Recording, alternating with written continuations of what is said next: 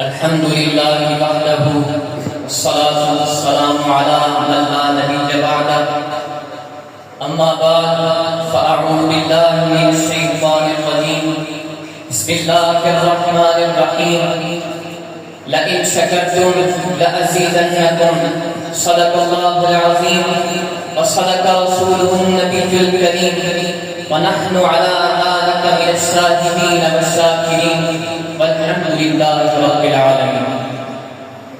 حمد و ثنا کے بعد میرے نہایت واجب القدر اساتذہ کرام اور معزز مہمانان گرامی اور میرے ہم مکتب ساتھیوں، السلام علیکم ورحمۃ اللہ وبرکاتہ۔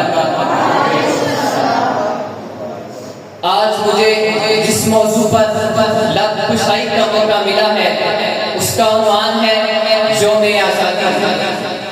جیسا کہ آپ تمام احباب کو معلوم ہے کہ آج کا دن 14 اگست جو کہ ہماری زندگیوں میں سب سے اہم دن ہے۔ اس دن ہم قریباً 78 سال پہلے 14 اگست 1947 کو ایک آزاد قوم کی حیثیت سے دنیا کے نقشے پر اترے۔ ہماری انفرادی اور اجتماعی خوشیوں کا مقصد اور مرکز یہ دن ہے۔ 14 اگست وہ امانت ہے جو ہمارے ابا و اجداد نے لاکھوں قربانیاں دینے کے بعد ہمارے حوالے کی، اور ہمیں اس امانت کو اگلی نسل تک منتقل کرنا ہے۔ 14 اگست وہ تشخص ہے جو ہمیں ساری دنیا سے جدا مقام دیتا ہے۔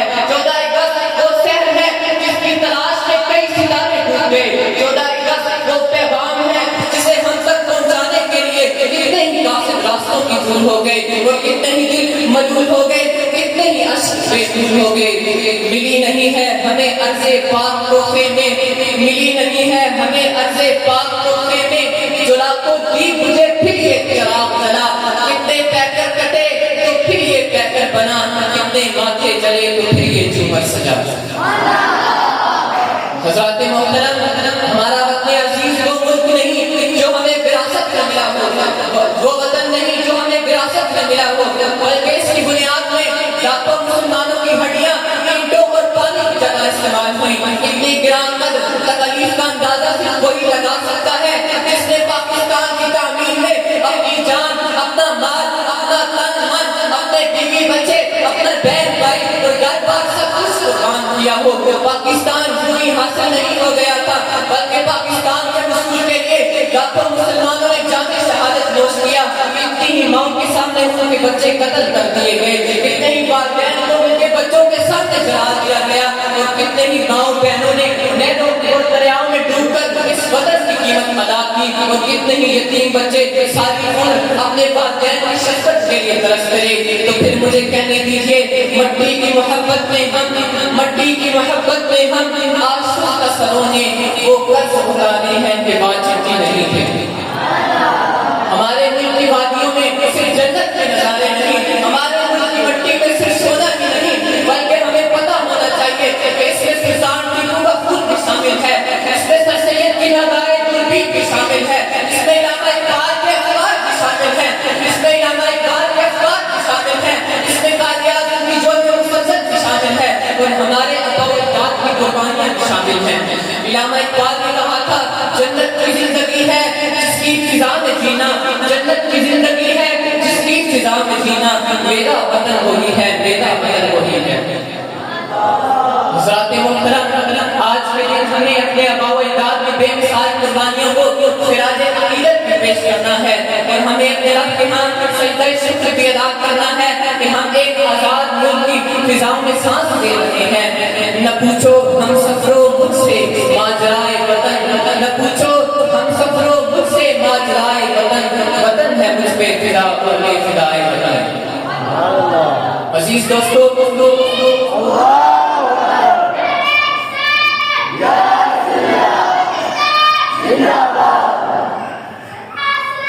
پاکستان۔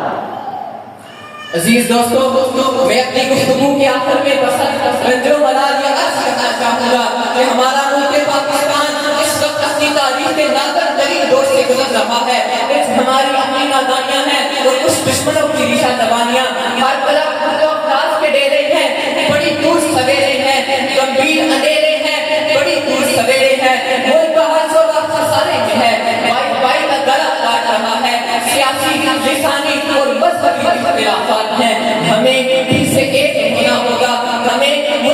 ہونا ہوگا.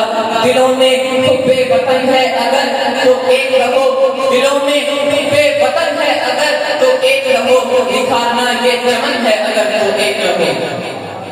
آؤ دوستو عزم کریں کہ ہمارا جینا مرنا اسی ملک کی خاطر ہوگا. ہم ہر دم اس ملک کو سنبھالیں گے, ہم ہر دم اس ملک کو سنبھالیں گے.